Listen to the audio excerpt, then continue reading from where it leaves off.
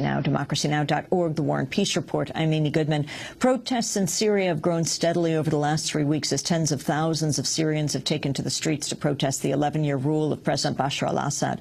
The Associated Press reports Syrian soldiers on army trucks and jeeps entered the key port city of Banias on Monday, a day after a shootout in which at least 4 anti-government protesters were killed and dozens of others were wounded.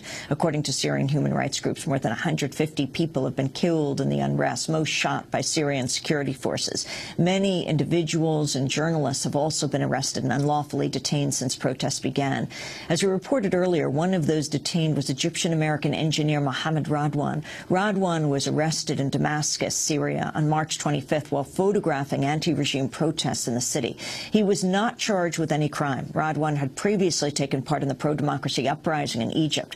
He was released last week by Syrian authorities after his family lobbied hard on every front to get him out. We turn now to an exclusive interview with Mohammed Radwan. Democracy Now!'s Anjali Kamat interviewed him shortly after he was released at his family's home in Cairo on April 5th. She filed this report from Egypt.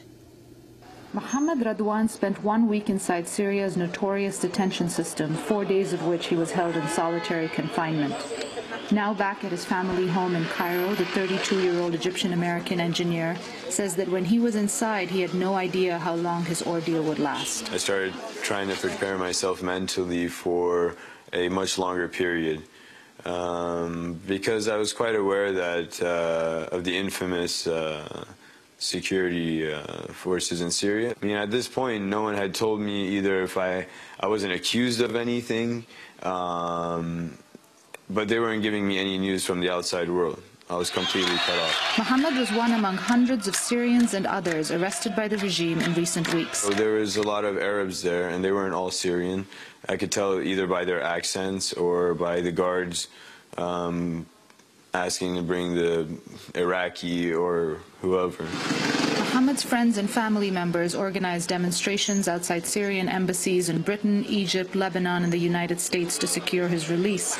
But inside his cell, Mohammed had no idea that anyone knew what was happening to him. I thought I was going to have to work out getting out on my own. I was still not aware that anyone in the world had any idea about my detention. He explained the series of events leading up to his arrest.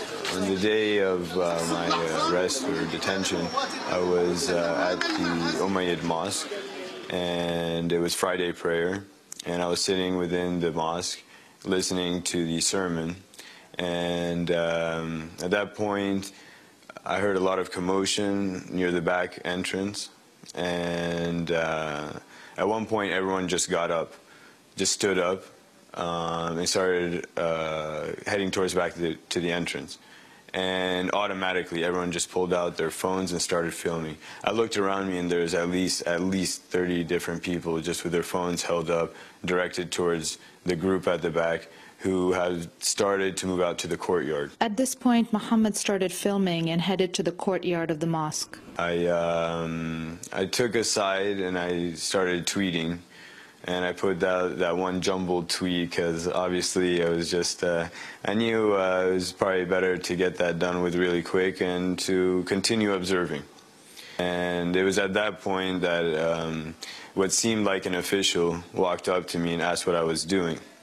He looked like an official because of his really bad suit, but also his attitude, and I answered him. I said, I'm sending out a message. And he asked me to excuse myself and to go with him. And so I ended up following him. And what ended up being, they took me and a few other guys in a vehicle to some location. I'm not sure where that was.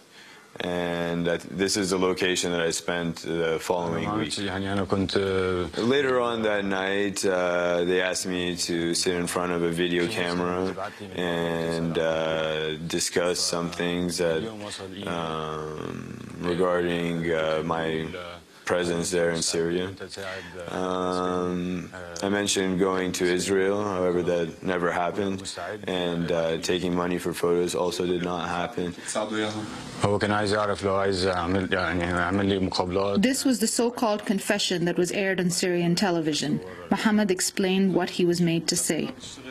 Well, I mentioned that I was in contact with an individual from Colombia, and that eventually I went to Jerusalem, and that I took money for photos.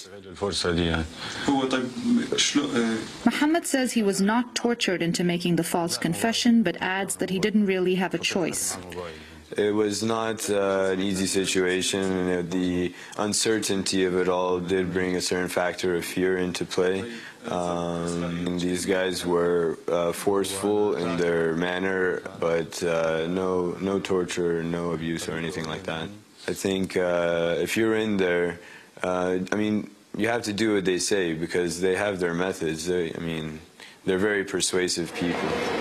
Ultimately, Muhammad was not charged with any crime and released following sustained pressure from several fronts, including the Egyptian Foreign Ministry. This, he believes, is one of the tangible changes brought about by the Egyptian uprising.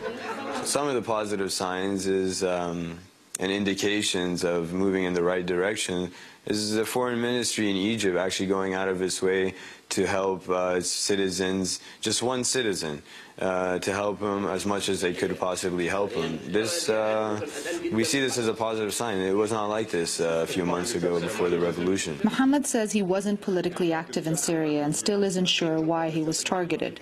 He's worried about those who remain in detention inside Syria, but remains hopeful about what comes next for the Syrian people. I wish my Syrian brothers the best. I hope that in a democratic world, the majority gets what they want. They live in emergency laws, under emergency law. I mean, emergency laws take away fundamental international human rights. And the current regime is discussing about taking that away. Let's hope they're serious about it. For Democracy Now!, I'm Anjali Kamat in Cairo, Egypt.